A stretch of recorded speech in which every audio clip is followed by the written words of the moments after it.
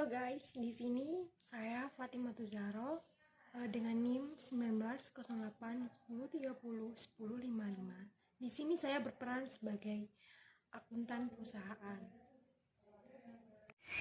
Halo, perkenalkan nama saya Mila Aga Putri dengan NIM 190810301061.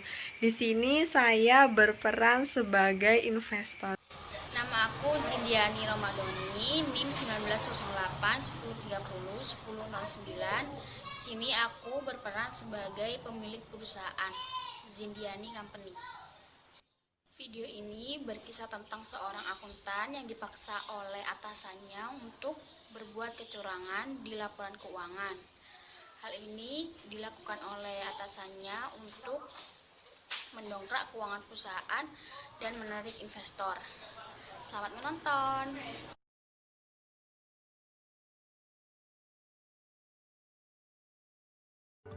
Zindiani Company adalah perusahaan yang bergerak di bidang retail pakaian yang sudah berdiri sejak tahun 2010. Perusahaan ini dipimpin langsung oleh pendirinya, yaitu Zindiani.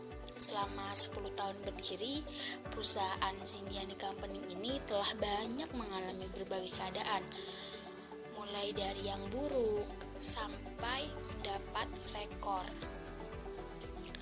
Antara lain yaitu peningkatan piutang, penurunan penjualan, hingga peningkatan pendapatan yang melampaui rekor mereka. Namun, sejak pandemi COVID-19 masuk ke Indonesia, banyak sekali perusahaan-perusahaan yang mengalami kebangkrutan. Namun, Zindiani Company masih bertahan, meskipun banyak mengalami penurunan penjualan dari bulan Maret ke April ke Mei, bahkan sampai akhir bulan kemarin. Akibatnya ini dikarenakan karena daya beli masyarakat turun, sehingga hal ini menyebabkan perusahaan Zindiani Company berada dalam kondisi kurang baik, bahkan bisa dibilang dalam kondisi yang terburuk selama 10 tahun berdiri. Selamat pagi Bu, bagaimana kabarnya belakangan ini? Alhamdulillah baik-baik Bu, gimana kabarnya Ibu sendiri? Juga baik, alhamdulillah. Bagaimana laporan keuangannya? Ini sudah Bu, silakan dilihat.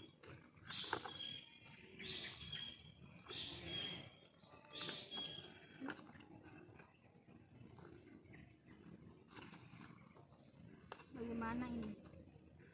Pendapatan perusahaan semakin menurun terus-menerus. Jika terjadi seperti ini terus-menerus, kita akan mengalami kebangkrutan. Lantas langkah apa yang harus kita ambil Bu? Ya, salah satunya ya kita akan mencari investor untuk mendongkrak keuangan perusahaan ini.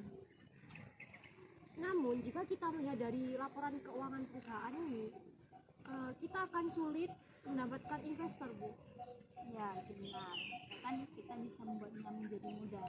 Maksud Ibu, Kita masukkan saja laporan keuangan ini. Siang itu menunjukkan waktu istirahat, saatnya menjelang karyawan dan semua staf berhak mendapatkan jatah istirahatnya. Saat itu Zindiani berniat untuk makan siang di salah satu restoran yang baru saja dibuka. Namun tanpa sengaja ia bertemu dengan salah satu teman semasa kuliahnya yang merupakan seorang investor yang sudah dikenal oleh banyak perusahaan-perusahaan besar, yakni bernama Mila.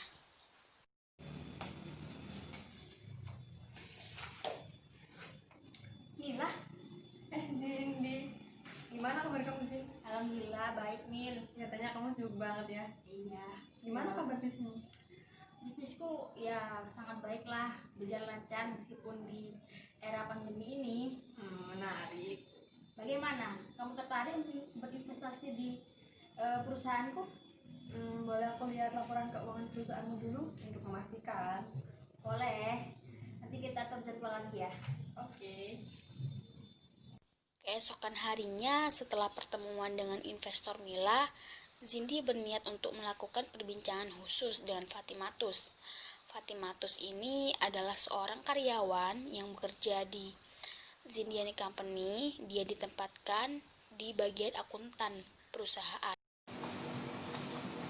Fatimatus, iya Bu. Bagaimana dokumen yang kemarin saya minta itu? Tapi ini tidak benar Bu. Alah, bukan benar tidak benar itu biasalah. Itu kan masalah keuangan. Jadi yang menentukan benar tidak benar itu saya bosnya di sini. Jadi kerjakan saja apa yang saya minta itu. Nanti kalau proyek ini berhasil, akan saya gaji kamu 2 kali lipat. Setelah berbincang dengan atasannya, Fatim menjadi sangat bingung. Di satu sisi, ia sangat membutuhkan uang untuk adiknya berobat. Namun di sisi lain, ia juga sadar bahwa tindakannya itu adalah tindakan yang salah dan bertolak belakang dengan integritasnya. Bukan hanya bertolak belakang dengan integritasnya, hal ini juga tidak baik untuk etika dalam berbisnis dan etika pekerjaan sebagai seorang akuntan. Apa yang harus aku lakukan? Jika hal itu aku lakukan, maka akan bertentangan dengan etika yang berlaku. Tapi jika hal itu tidak aku lakukan, bagaimana caraku untuk membiayai pengobatan adikku? Setelah mendapat laporan yang diinginkan, Zindiani langsung menjadwalkan pertemuan antara dia dan Mila. Dan tepatnya hari ini dia berniat untuk menunjukkan hasil laporan keuangan yang sempurna itu kepada Mila. Bagaimana? Ini sudah membawakan laporan keuangan perusahaanku. Mari aku tunjukkan dulu. Di sini Zindi pun mulai menjelaskan laporan keuangan yang sempurna itu kepada Mila. Namun di sisi lain, tanpa mereka sadari, ada seseorang yang tengah memperhatikan mereka dari kejauhan tentunya.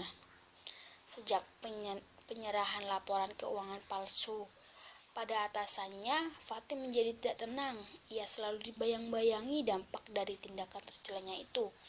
Mulai dia akan dipenjara, integritasnya akan hancur, investor akan bangkrut, dan lain sebagainya. Hingga ia memutuskan untuk mengikuti kemana atasannya akan pergi dan akan memberitahu investor tentang laporan keuangan yang telah ia palsukan. Wah, sangat menarik ya sih. Namun akan aku putuskan setelah aku melihatnya lebih detail lagi ya. Ya, baik. Terima kasih Amil atas waktu dan kesempatan kamu ini. Nanti salinan dari laporan keuangannya aku kirim ke email kamu ya. Iya, sama-sama. Mari sih. Iya, terima kasih Mil. Iya. Tunggu Bu, Iya, ada apa? saya merupakan salah satu karyawan dari Zindiani Company. Saya yang menyusun laporan perusahaan yang tadi dibicarakan dengan atasan saya. Iya, lalu? Bisa kita bicara lebih lanjut Bu? Tentu.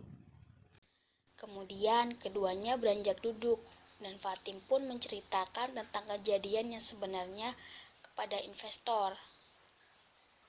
Tentang bagaimana dia ditekan, tentang bagaimana dia diancam, dan disuruh melakukan hal-hal yang tidak seharusnya ia lakukan. Apa yang kamu bicarakan tadi? Begini Bu, sebenarnya laporan keuangan yang telah Ibu diskusikan dengan atasan saya itu semua telah direkayasa. Bagaimana saya bisa percaya dengan ucapan kamu? Ini Bu laporan yang asli, silakan dicek terlebih dahulu. Jujur Bu, saya sangat menyesal karena saya telah melakukan hal tersebut karena saya dipaksa oleh atasan saya. Wah, laporannya sangat kacau sekali ya. Jujur saya mengerti atas posisi kamu dan saya memahami bagaimana keadaan kamu dan saya hargai juga kejujuran kamu. Sekali lagi saya minta maaf ya Bu.